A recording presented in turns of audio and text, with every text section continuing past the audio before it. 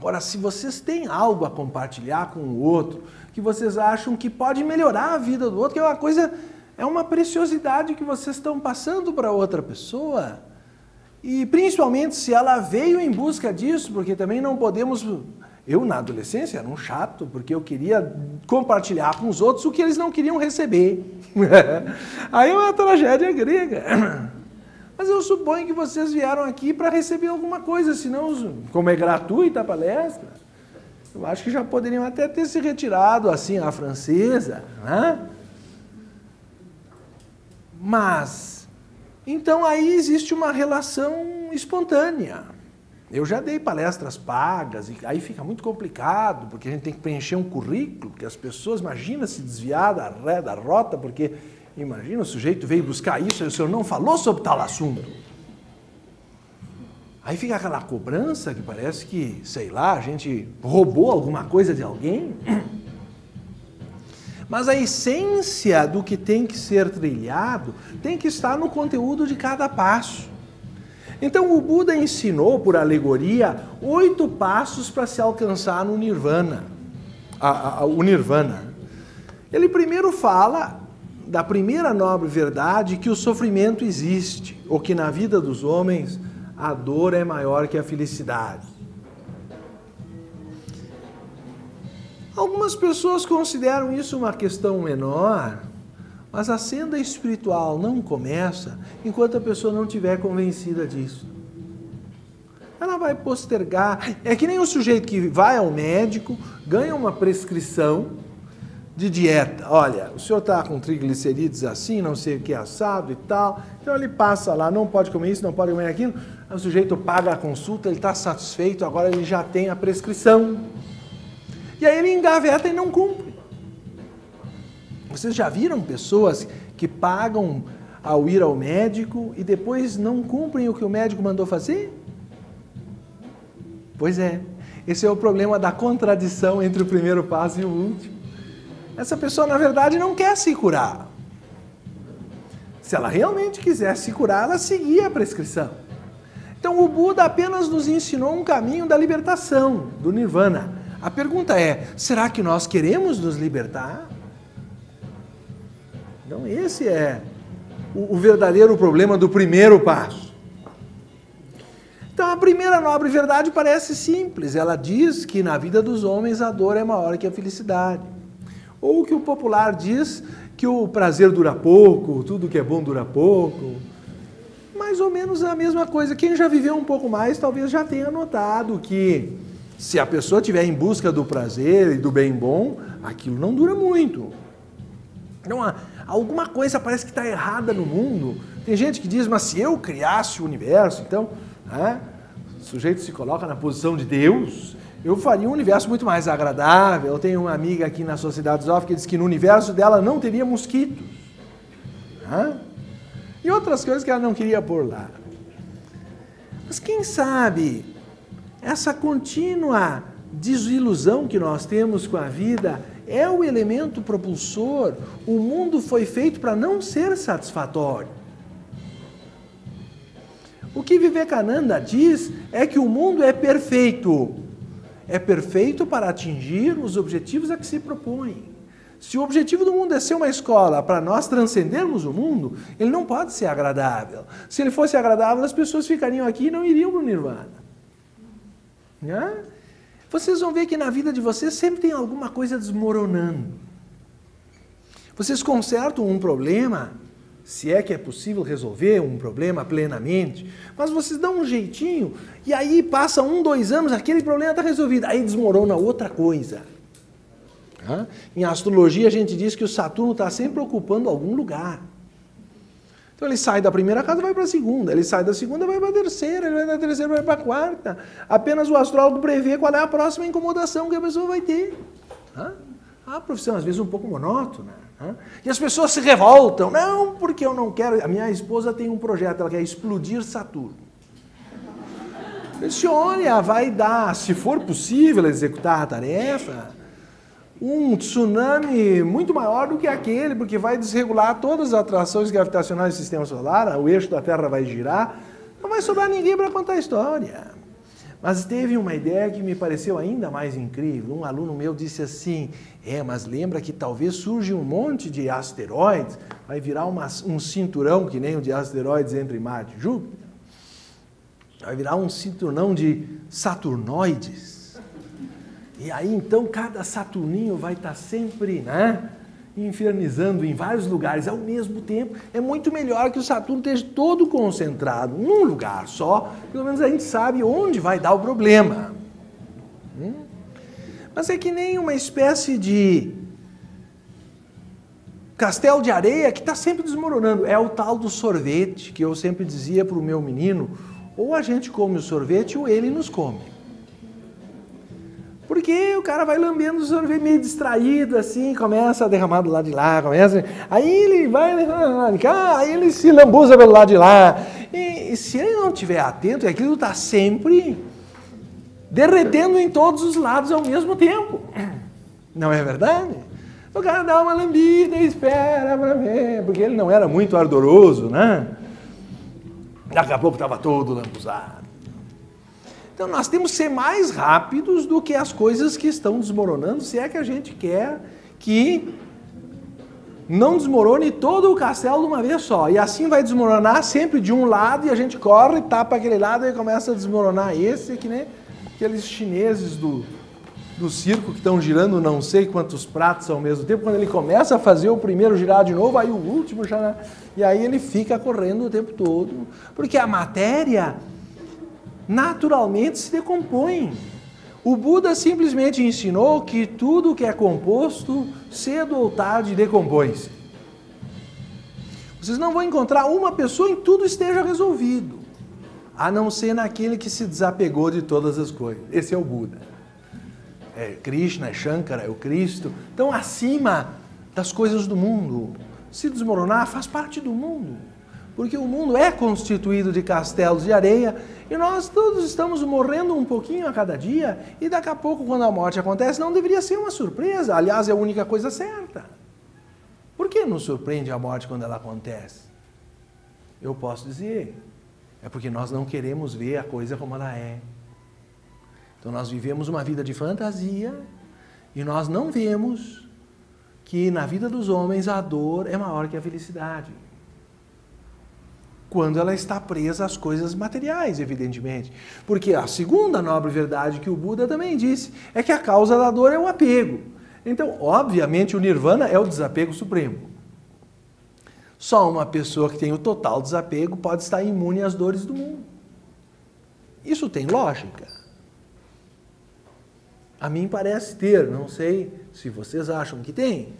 Então, primeiro, existe a dor. A causa da dor é apegar-se a coisas que estão continuamente desmoronando, cujo final será necessariamente a morte. E, evidentemente, quanto mais desapegado estiver dessas coisas, mais livre daquele sofrimento que é inevitável, para não citar a nossa ministra, que não seria elegante nesse momento. Então, a questão é não esquentar a cabeça com aquilo que já está condenado. Faz parte do mundo a decomposição. Faz parte do mundo essa situação de que as coisas não duram. E aí o Buda estabelece 8 passos para se chegar a esse desapego supremo, sendo que o 8º passo é o êxtase, é o Samyak Samadhi, ou reto êxtase. Evidentemente, quem chega ao êxtase, embora se vocês peguem um livro técnico sobre este tema, como eu deveria recomendar A Ciência do Yoga, do Dr. Taimini, então ele dá todos os passos, segundo Patanjali enumerou, há 2.600 anos atrás. Depois que a pessoa atingiu o Samadhi, ainda tem 9 estágios. Mas esses 9 estágios são geralmente percorridos entre 7 a 14 encarnações. Então não é um assunto preocupante. O preocupante é antes de ter encontrado a luz. Porque quem já encontrou alguma luz não precisa mais de instrutor externo, ele já tem instrutor interno. Agora, mesmo Quando a pessoa tateia às cegas e ainda não viu luz nenhuma, ela tem que ter um norte, ela tem que caminhar. Eu me lembro bem, uma certa vez eu estava em Campos do Jordão e era uma lua cheia. E o resultado disso é que eu vi o sol se preparando para nascer, naquele alvorecer, mas ainda havia orvalho e era frio no campo. E os meus pés ficaram molhados de caminhar naquela relva. Eu sentia frio, eu tinha certeza que o sol ia nascer, porque eu já via a luz no horizonte, mas ainda não havia nenhum raio de luz direta que me aquecesse. Então, mesmo antes do samadhi acontecer, a pessoa começa a pressentir a luz do êxtase. Mesmo antes de haver um contato direto com a experiência última, porque a luz do Espírito começa a permear a nossa mente. Qualquer conquista na direção do Nirvana, mesmo que ainda não seja o Nirvana, já é, como diz o ditado popular, quem em terra de cego, quem tem um olho é rei. Porque a pessoa já começa a conquistar uma luz interna, mesmo enquanto ela não atingiu a perfeição. Porque ela começa a compreender os mecanismos da sua frustração, se ainda houver, e por quê. E ela vai gradualmente se libertando das frustrações de desejos que ela mesma gerou sem necessidade, para se atrapalhar a si própria, como alguém que criasse nuvens para impedir que o sol brilhasse para ela. Vocês devem lembrar, aquela pantera cor-de-rosa sempre tem uma nuvenzinha particular que a acompanha. Por que que nós criamos essas nuvens e não aprendemos a ver o sol a brilhar? E o sol brilha para todos. Se eu não vejo esse brilho, é porque eu criei algum obstáculo. Essa é a essência desse caminhar em que o primeiro passo já é o último. Claro que eu vou me exercitar, eu vou atingir uma perfeição ainda maior, mas a natureza daquela luz deve estar comigo no primeiro passo. Como está nos olhos de uma criancinha pequena, cuja pureza é tão espontânea que ela não tem motivo de preocupação, a alegria floresce por qualquer coisinha boba. Eu vejo minha menina se esconder atrás da cadeira, depois mostra o rostinho, aquilo, ela se esconde de novo. Né? Aquilo é uma coisa tão ingênua, tão pura. Nós somos frutos da compaixão. Assim, depois nós esquecemos da nossa origem e esquecemos até onde está a felicidade, que são as coisas mais simples da vida. É porque nós criamos nuvens e às vezes ficam tão carregadas, não é? Verdadeiras tempestades e furacões. Então, quem chega no oitavo passo que o Buda ensinou, evidentemente não precisa mais de instrutor. Então, o nosso problema é chegar pelo menos no sétimo passo, porque o oitavo já é solução. E o sétimo passo, ensinou o Buda, é a reta memória, Samyak Smriti. A reta memória é a capacidade de esquecer o que merece ser esquecido e lembrar o que deve ser lembrado. Falando assim, numa tarde de sábado, parece tão fácil. Aqui, com os refletores e tudo mais, dia de festa, temos até música, né? Então, tudo é uma beleza. Mas, convenhamos que às vezes memórias desconfortáveis vêm a nós.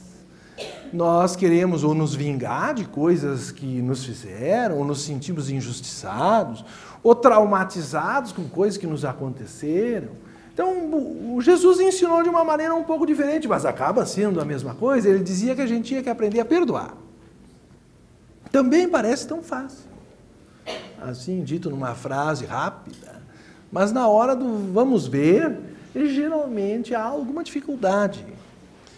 A capacidade de lembrar essa alegria espontânea que esteve no nosso coração, porque todos nós fomos crianças um dia, de fazer as coisas pelo fazer em si, é como eu dizia hoje à tarde, antes de jogar futebol com bola de meia nem tem goleira, ou qualquer porta vira goleira, ou o importante é brincar com a bola, nem fazer o gol é tão importante assim. A beleza do jogo está no jogo em si. Bom, então a criança sabia fazer isso, depois o adulto esqueceu, não sabe mais.